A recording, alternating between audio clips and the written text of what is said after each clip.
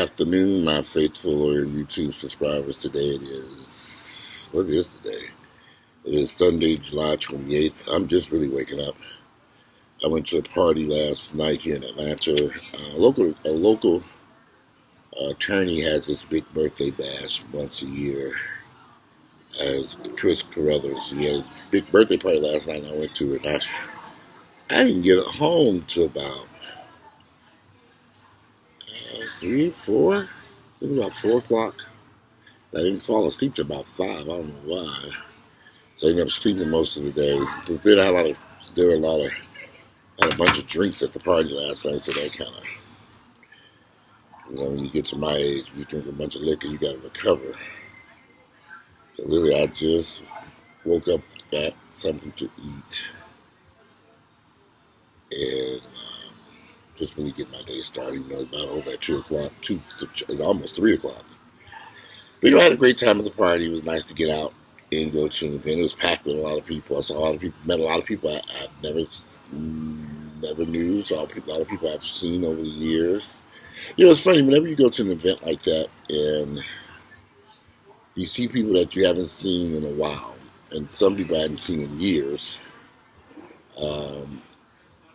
and you start talking to them, you're like, hey, what's going on and everything, and then they give you the lowdown of what's been going on in their lives. And like any group of people, I don't care if you were black, white, Jewish, Muslim, if you're around a group of people and you haven't seen people in a while, they give you the lowdown, this person died and this person's doing this and this person. So you get an idea of what's been going on in their lives, because you haven't seen some. I had not seen a couple of these guys in literally years. And I'm like, well, where do you live at and what are you doing? And so it's interesting to hear the stuff, but you always get the burial, what I call the burial count. This person died and that person died. And you're like, wow. Because with life, death is inevitable. One day there will be a party and people will be sitting and talking about, Walter died. So it's inevitable. Nobody gets off planet Earth without escaping that part of life. When life comes death. But anyway, so at the party last night, I was interested to talk to a lot of people. But there was a common theme with people who either they like the stuff that I do on YouTube or they don't like it. People are going to let you know how they're feeling. Or they want you to be more positive. I keep hearing that. You just wish you could be more positive about this. And I always ask them, if you want me to post videos and talk more positive stuff about the black gay community, then give me the information that you see going on, that you deem is positive, and send me links, photographs, pictures. And he was like, well, this is a positive event here. I said, yes, this is Chris Carruthers' birthday party. I don't know how Chris Carruthers' birthday party is. I said, yeah, I'll talk about his birthday party, how nice the party was. But do we have other things to discuss too? See, this is the deal with the black gay community. I learned this years ago. I could be extremely popular in the black gay community, loved by everybody, but I gotta get butt-ass naked, swing my dick around, stick my ass up in the air, make sure some lotion on it, can get kind of ashy sometimes. I have to, if I want to be well loved by members of the black gay community, I have to damn near become a porn star or an Instagram model, whatever the fuck that means. Half naked, really, in all my pictures. Nudes all over the internet. Porn here and there. If I were that type of person, I guarantee you there would be no complaints from nobody. They'd be behind me 1,000% loving every naked ass shot and dick picture I posted. All up and down Twitter, me having sex with multiple sex partners, raw might I add. They'd be so happy, they'd be giving me thousands of views and thousands of likes. My YouTube channel would have 100 million subscribers. A lot of things go down in the gay community. It's been around for 30 years. The young man I was talking to last night that was asking me to say more positive things about the community. I said, "How old are you?" He's like, "Oh, I'm 36." I said, "Do you realize that I have been? You're 36 years of age." I said, "How long have you been part of the gay community?" I came out when I was in my mid 20s, so 26. He's only been part of the gay community for about 10 years. Well, he's 36, so I've been part of the gay community as an adult for 30 years. So he was 6 years of age when I touched down in Atlanta. When I talk about our community, I presented it. I present facts. I present it how it is seen. I present truth. I keep telling people, if you all want to hear about more positive sounding stuff and make believe stuff, that's what you got Oprah for. Well, I need to buy them. What's that new pastor down there at New Birth Church? Go listen to him. You got pastors all up and down YouTube. They do all kinds of motivational preaching all day long. You can go and sit on YouTube and listen to these pastors. Go click on their motivational. There's all types of motivational people up there. If you don't find my content to motivate you, you can go find what you're looking for. If me talking about HIV and AIDS, like one person said, you talk about HIV and AIDS so much, well, we need to discuss it. Look around. We at a party. Thousands of people here.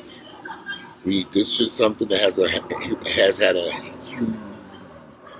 very big impact on the black gay community. But we should discuss it. Because for years, nobody would discuss it. Nobody I knew every devil was whispering about, so and so has HIV. It was like you didn't really discuss it. You didn't. How dare you bring it out into the open? This is hot out here. How dare you bring it out into the open and discuss it in front of people? How dare you bring up the subject that we don't talk about?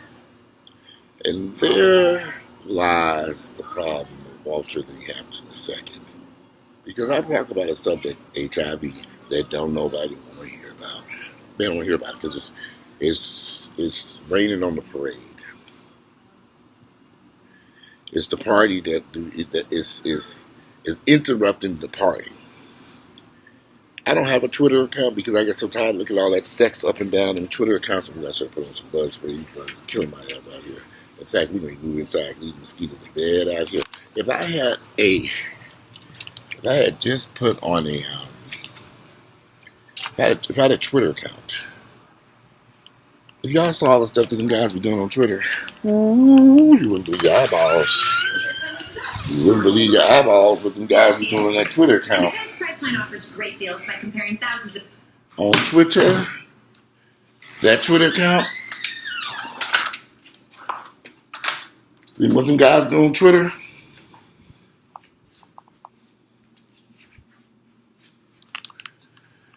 What those guys do on Twitter, ooh, it's much cooler there too, is unreal.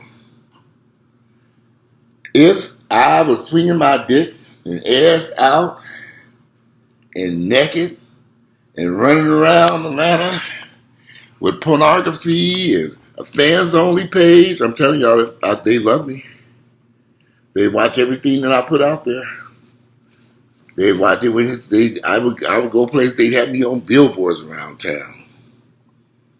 I know. I've been in Atlanta long enough to know how this town works. And I'm not speaking negatively. I'm just telling you the truth as I've seen it. You can take it negative, positive, whatever you want to. This is the truth of the matter. These guys here, the whole focus on the gay community has been sex. And it's been like this since I got here. This ain't nothing new. So, and I love when people say, why don't you go someplace else? Go pack up and move since you hate Atlanta so much. I don't know. I think maybe you all misunderstand me sometimes. But it really wouldn't matter if I got up and packed my shit and went down to Miami. They doing the same thing down there too. And I can go a little. But, see, I'm fine with my content. I like the stuff that I post. I like the discussions I have. And I like entertaining the people who like the stuff that I do. So I don't sit here and have sleepless nights. Right? Should I do that? Should I have done that video or not? Should I have done this? Or maybe I don't worry about this stuff. I mean, when I post a video and throw it out there. If I remove a video, and I really don't remove a video, I just make it private. They're still there. I just make it private. Every video I ever posted is there. Y'all just can't see it. But I'll look at it and put it on private. Sometimes my thoughts may change about a certain subject matter. I privatize it. It's very rare I actually delete the video. And there's a reason for that because a lot of the stuff I'm discussing is historical in content. 100 years from now, I want people to see these videos. All of them.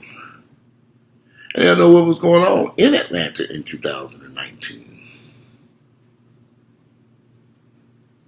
Atlanta is a great city. It has its positives and it has its negatives.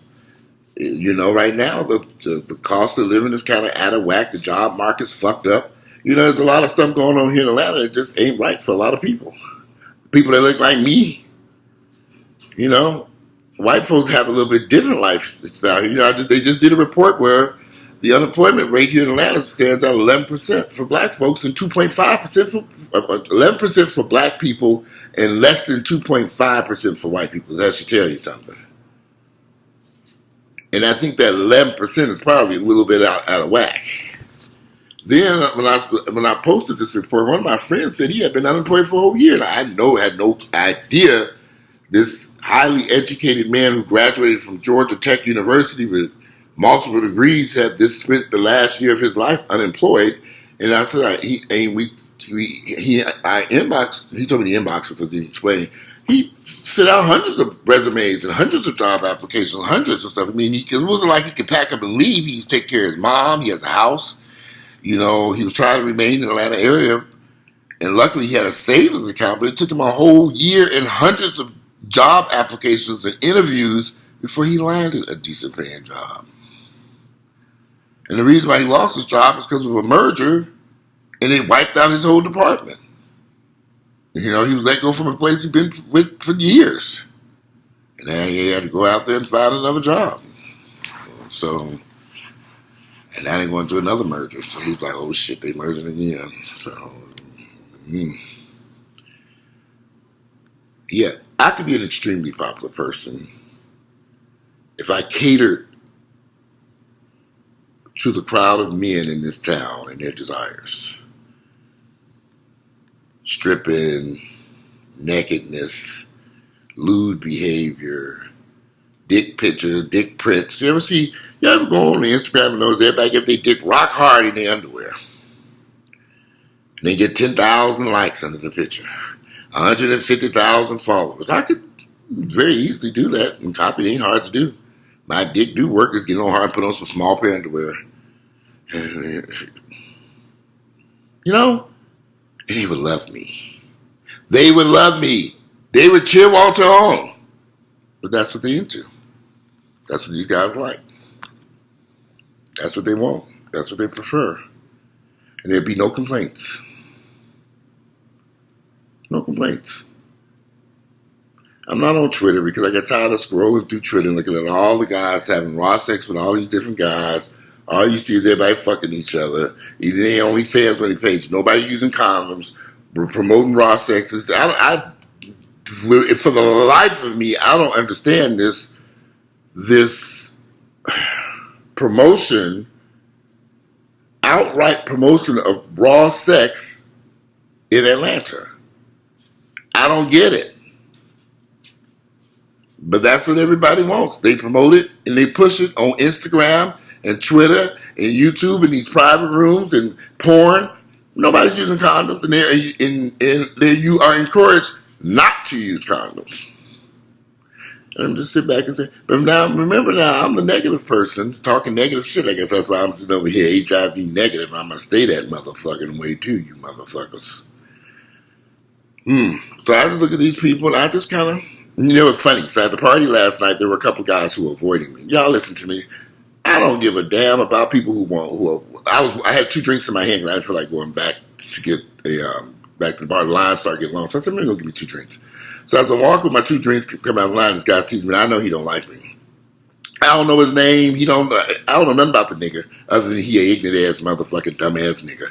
So he's working around trying to get around me and stuff, trying to look the other way and stuff. So in the midst of all him acting a fool, my drink spilled on his ass. His fault, not mine. He should have just stood to the side and let me pass. He trying to, maneuver around and all this shit. He just stood to the side like he didn't want to see me. And that drink splashed all over his ass. And I said, oops. And he kept on going. It wasn't intentional. He the one that bumped into the drink trying to do his little basketball maneuver like he was so afraid I was going to touch his ass. Ignorant ass nigga. That's why his shirt got all messed up with that old vodka and cranberry on him. Dumbass fool. I can't stand these ignorant niggas. I hate them. But I had to chuckle to myself as I was walking by. That's what your dumbass get. All you had to do was stand to the side, let me go walk on by with my 2 drinks in hand, and you would have been fine. But he deserved that drink splashed all over that shirt because he's just an ignorant dumbass fool. I don't even know him, but I've seen him in places. He'll stare at me and roll his eyes. Here's the funny part. I don't have time to be standing around here. Now, maybe I'm just different. I don't have time and energy to stand at a party, eyeballing somebody and rolling my eyes at them. And every time I look around me, I'm look at that. I'm like, well, there's 1,000 people here. Why are you so focused on me? I'm not paying you any attention. Wouldn't it make sense to go out and enjoy the party? I mean, there are thousands of people here. If you don't like me, why don't you just move to the other side of the room or go this way? So fine, I said, let me just move out. Let me move myself out of his, way so he can continue. It didn't make sense to me. But there were a couple of guys like that at that party, and I don't pay these gay guys no attention because a lot of these gay guys have some very serious mental health issues that they have just not dealt with, and that ain't my fault. You read in Atlanta, you deal with a lot of gay guys who have some serious mental health issues that are undiagnosed, some undiagnosed, some diagnosed, but they're not treating it. They ain't getting no help for it. And that whole HIV thing don't make it better. It makes it worse. So you're dealing with some crazy motherfuckers in this damn town. I just look at them and say they're crazy as hell. Keep on going. Earl when I told Earl I was going to the party, he said, I don't know why you want to go to that party. You had them guys. Look, I'm going to live my life. I'm not going to sit around here worried about what people think about me that ain't paying for this cool air conditioning. And this air conditioning feels a whole lot better when I sit out there in that patio.